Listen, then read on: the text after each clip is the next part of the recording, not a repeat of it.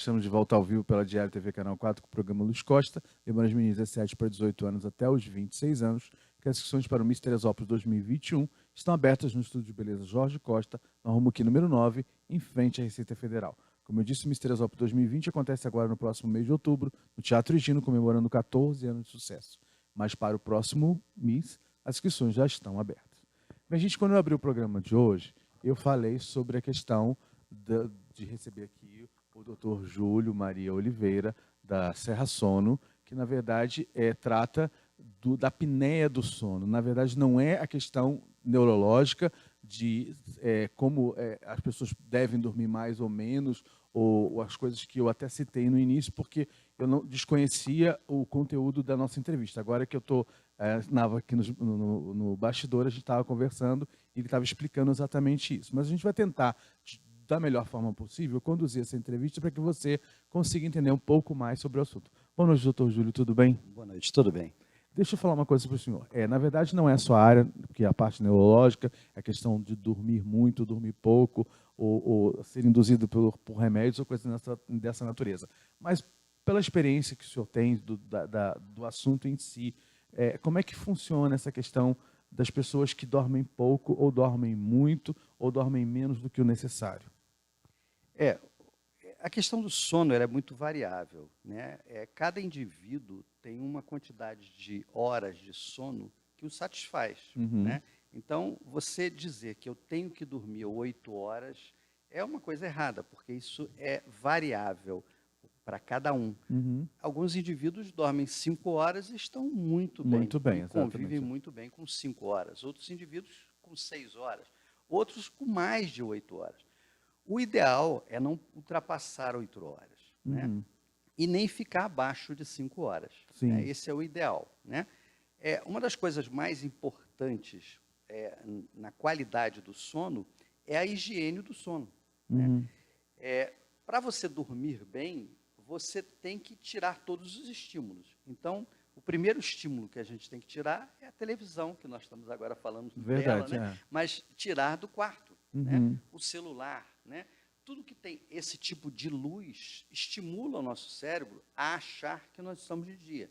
Então, fica mais difícil conciliar o sono. Então, muitas pessoas que sofrem de insônia, né, na verdade, têm uma qualidade de sono ruim provocada por essa má higiene do sono. Então, um ambiente quieto, silencioso, escuro, sem estímulos luminosos.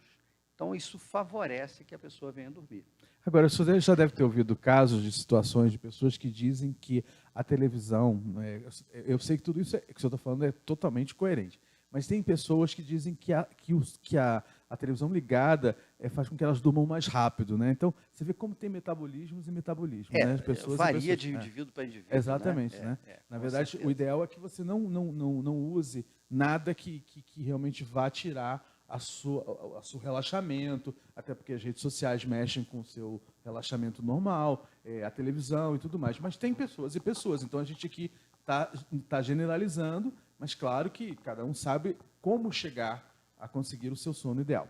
Agora, a gente vai falar sobre a questão da apneia, que é exatamente o foco principal do seu trabalho na Serra Sono, é isso? Sonosserra. Sonosserra, me perdoe, gente. Sonosserra, corrigindo. O que é exatamente a apneia?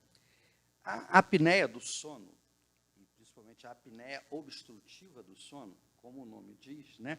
Ela é uma parada na respiração durante o sono, por um mecanismo de obstrução, ou seja, de fechamento, de colapso das vias aéreas superiores. Então, durante o sono de algumas pessoas, ocorre um colapso, um fechamento das vias aéreas superiores. E essas pessoas são aquelas que você conhece como roncadores. Entendi. Então, um dos principais sinais de alerta da apneia do sono é dado pela esposa ou a companheira, que diz que o indivíduo ronca. Tá? Eu estou falando sempre no sexo masculino, porque o sexo masculino é o mais acometido. Isso não significa dizer que a mulher não seja também acometida. As mulheres, após a menopausa, e principalmente as mulheres obesas, aumentam a frequência em que tem a apneia obstrutiva do sono. mas no homem realmente é mais frequente e surge mais precocemente do que na mulher. Agora, por exemplo, vamos supor, a gente está falando de casais aqui, de um perceber que o outro ronca, mas tem muitas pessoas que vivem sozinhas. Com certeza. E que elas negam que roncam, porque quem ronca diz que não ronca. Claro. Não é verdade? É verdade. A maioria das pessoas que roncam diz assim, não, eu não ronco. Você ouviu errado. Ronca muito, mas a pessoa nega. Porque ela não tem a consciência desse roncar, Isso. né? Então, por exemplo, uma pessoa que mora sozinha, uma senhora, um senhor, ou um rapaz, uma moça, enfim, não importa a idade, mas essa pessoa que não tem essa noção, como é que a gente consegue detectar? Qual seria o outro sinal? Isso, pronto. É isso? Bem, um outro sinal é sonolência durante o dia excessiva. Então, a gente chama de sonolência diurna excessiva. Então, é aquele indivíduo que senta para conversar com você e está pescando, está cochilando. Entendi. Né? É aquele indivíduo que senta no cinema e dorme. É aquele indivíduo que senta do teu lado no ônibus indo para o Rio e dorme a viagem inteira. No meu caso, é o contrário. Eu não consigo nem dormir, nem a viagem de 11 horas eu não durmo. Entendeu? Então, a sonolência diurna excessiva é um dos sinais que aponta para uma possibilidade grande da existência dessa doença nesse indivíduo. Então, o outro sinal de alerta é sonolência diurna excessiva. Existem outros sinais? Existem outros sinais. Pessoas que acordam de noite para urinar, a gente chama de noctúria. É um sinal importante da apneia obstrutiva do sono. Pessoas que acordam de manhã com dor de cabeça, cefaleia matinal, que depois passa no decorrer do dia. Pessoas que têm dificuldade de concentração. Pessoas que têm diminuição da memória. Entendi. Doentes ou indivíduos, né, que têm hipertensão e principalmente hipertensão que é de difícil controle. Eu preciso de mais de 2 medicamentos, 3 medicamentos para controlar esse indivíduo. Nossa. Então, esses indivíduos têm uma probabilidade muito alta de terem apneia obstrutiva do sono. Deixa eu fazer uma pergunta aqui, que muita gente em casa deve estar se perguntando, e eu me pergunto também, porque a questão, você diz que a pessoa que é uma forma de detectar a situação, é quem levanta, muitas vezes, para urinar durante a noite. Muitas pessoas falam que quando a gente vai chegando a uma determinada idade, isso é muito normal. Mas isso normalmente... Distúrbios da próstata podem dar isso. Mas é um dos sinais de alerta para a apneia obstrutiva. É óbvio que não é só isso. Tá. Não é esse dado isolado. São outros fatores. Né? Por exemplo, os indivíduos obesos. Né? A gente tem um índice que se chama índice de massa corpórea, né?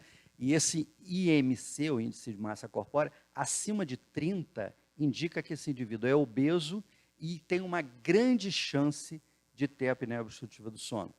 Tanto é que, quando se faz a cirurgia, que você já ouviu falar na cirurgia bariátrica, né, antes de fazer a cirurgia bariátrica, esse indivíduo faz o exame para saber se tem apneia obstrutiva do sono.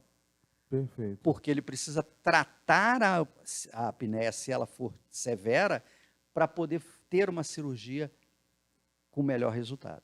Bom, então vamos fazer o seguinte, a gente tem umas coisas diferentes e novas para perguntar sobre o tratamento da apneia, que na verdade na sonosserra tem uma forma diferente de tratar, mas a gente vai saber isso depois dos intervalos. Então eu vou para o intervalo rapidamente, já a gente volta ao vivo pela Diário TV Canal 4, com o programa Luiz Costa, falando mais sobre esse assunto. Até já.